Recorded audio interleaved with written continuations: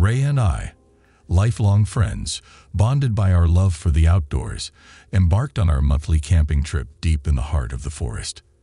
The air was crisp with the scent of pine, and the sounds of nature enveloped us. As the sun began to set, I felt a pang of unease as we realized we were lost. No matter how we turned, we returned to the same clearing. The eerie silence that settled over the woods unnerved me, and I couldn't shake the feeling that we weren't alone. Suddenly, the looped path leads to an abandoned campsite.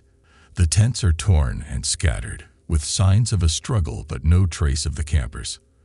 The fire pit is cold, the food is gone, and the equipment is scattered. The air is thick with a sense of foreboding.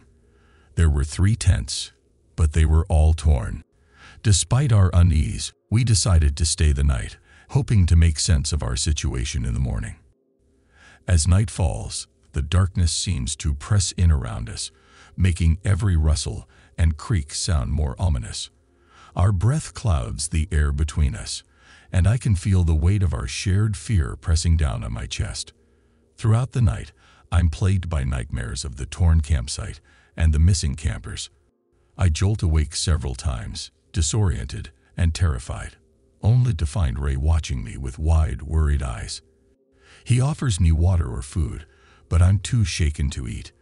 The sky begins to lighten, and we both know we must escape this nightmare. When the sun finally breaks through the trees, we crawl out of our makeshift shelter and stretch our stiff limbs. The abandoned campsite still looms before us, and I can't shake the feeling that it's somehow connected to our predicament. Ray suggests we search the area more thoroughly, hoping to find some clue as to what happened or how to return to civilization. We divide the tasks. I head south, following a creek that might lead us out of the woods, while Ray investigates the surrounding hills, hoping to find a trail or some sign of civilization. I trudge through the underbrush, my boots sinking into the soft earth, the sounds of the forest echoing all around me. The air is thick with the scent of damp leaves and earth, and the occasional bird call pierces the silence. As I walk, I can't help but feel a growing sense of unease.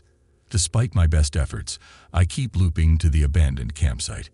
Every time I approach it, the tattered tents and scattered equipment look more ominous, as if they're taunting me. I push forward, determined to find a way out of this nightmare. After hours of aimless wandering, I finally catch a glimpse of movement in the distance. My heart leaps into my throat as I realize it's Ray returning from his search. He's exhausted, his clothes torn and dirty, and his face etched with a grim determination. I hurry to meet him, relieved to see a familiar face. Ray, I can't believe it. I begin, shaking my head. I kept looping back to that campsite, no matter which way I went.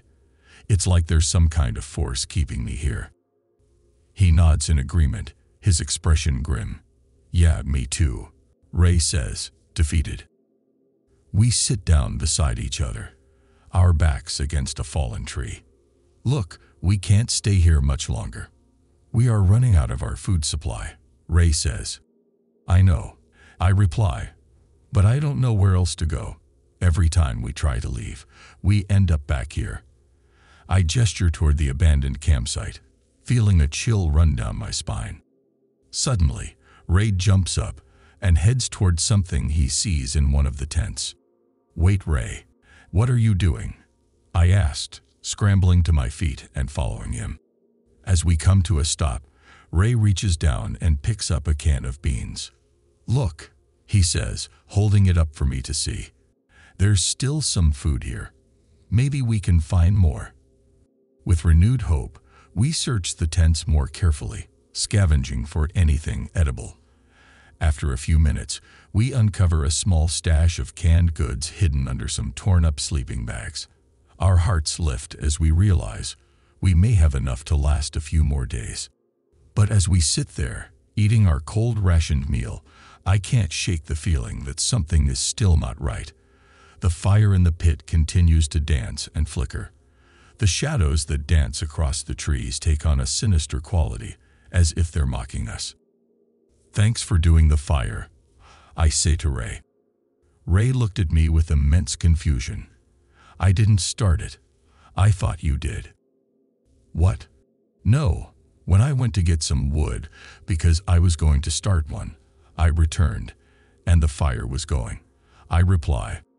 "And I went to look for more food, but when I came back, you had the fire started." They stare at each other briefly before Ray says, "You know what? I probably did start it. We've been doing this for so long, it's probably just muscle memory." I can tell that even Ray doesn't believe that. We both know that something isn't right. The fire keeps going against all logic. It's almost as if it's mocking us. I shiver, wrapping my arms around myself for warmth. The air grows colder, and the shadows seem to grow darker. I couldn't help but think about the fact that we had run out of water. We had just filled our big water bottles at the fill-up station we found on our way in, but we had only planned to camp for 2 days, and were going on to the third. Before I knew it, I was fast asleep next to the fire, wrapped in my sleeping bag. I was awoken in the middle of the night by someone running off.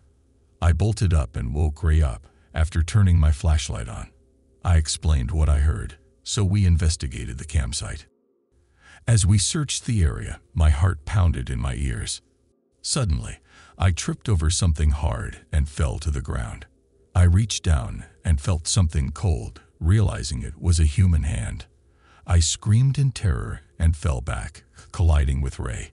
We scrambled away from the body, our eyes wide with fear. The body was that of a man dressed in rags, his skin pale and cold. His eyes were wide open, staring at nothing, and his mouth was frozen in a silent scream. We couldn't help but notice the strange symbol carved into his back. Ray reached out and tentatively touched the body, feeling for a pulse. There was nothing. "He's dead," he whispered, his voice shaking. I couldn't take my eyes off the strange symbol on its back. "What does it mean?" I asked, my voice barely audible. Ray shrugged, looking just as frightened as I felt. "I don't know. Maybe it's some kind of mark, a sign that someone, or something, is watching us." My heart raced at the thought. But why would someone carve it into their back? I asked, still staring at the cold, dead body. "Maybe it's a cult thing," Ray offered, his voice barely above a whisper. "Maybe they do that to mark their members or something." I shuddered at the thought. But why would they leave him here to die? And why are they after us? Ray didn't answer, his gaze fixed on the body. I could tell he was just as frightened as I was, but he was also trying to process what was happening. As I panicked, I started trying to find someone to blame. My eyes lock on Ray, and I accuse him of being responsible for all this without thinking. "You did this, Ray. You brought us here," I shout, pointing my finger at him while sobbing. Ray looks shocked and hurt by my accusation. "What? How could you say that?" He yells back, his voice filled with anger. "I didn't ask to be brought here any more than you did." Before I can say anything else, he lunges at me, pushing me to the ground. I scream as he pins me down, his hands shaking with rage. "You don't know what you're talking about," he shouts, tears streaming down his face. He has his hands around my neck. My vision blurs as I struggle to breathe, and I can feel the blood rushing to my head. I kick and claw at him, but he's too strong. He's been my friend for so long, but I don't recognize the person holding me down like this. The weight of his body on top of me feels like an anchor, dragging me down into the cold, hard earth. I can taste the dust and dirt in my mouth as I gasp for air, but it's no use. My lungs burn with every shallow breath I manage to take. I couldn't take it anymore.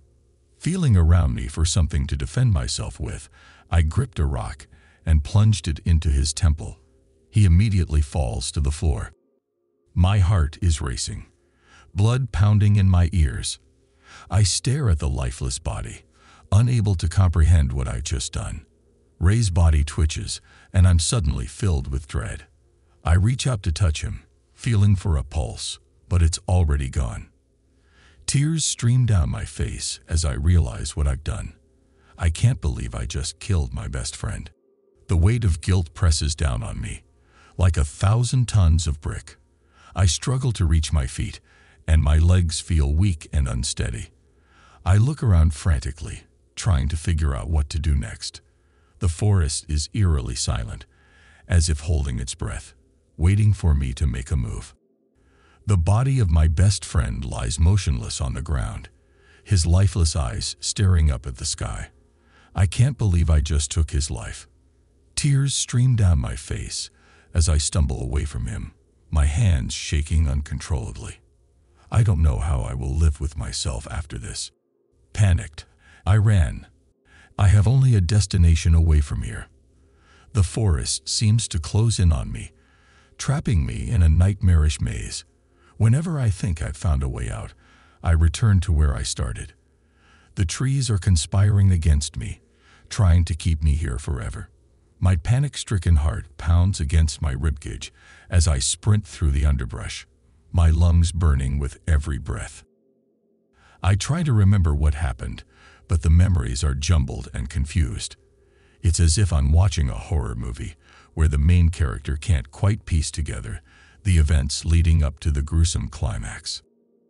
Fueled by panic, I hastily buried Ray's body in a makeshift grave, my mind reeling with disbelief at the ordeal.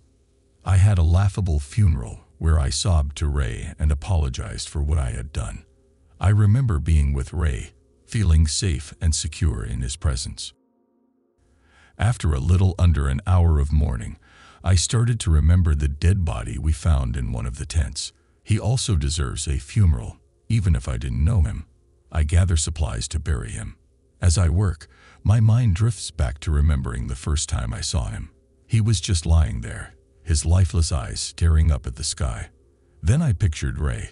I had never seen anyone die before, and it was far more gruesome than anything I could have ever imagined. I approached the body, preparing to lift at my knees. As I begin picking him up, his face is more visible. It's Ray.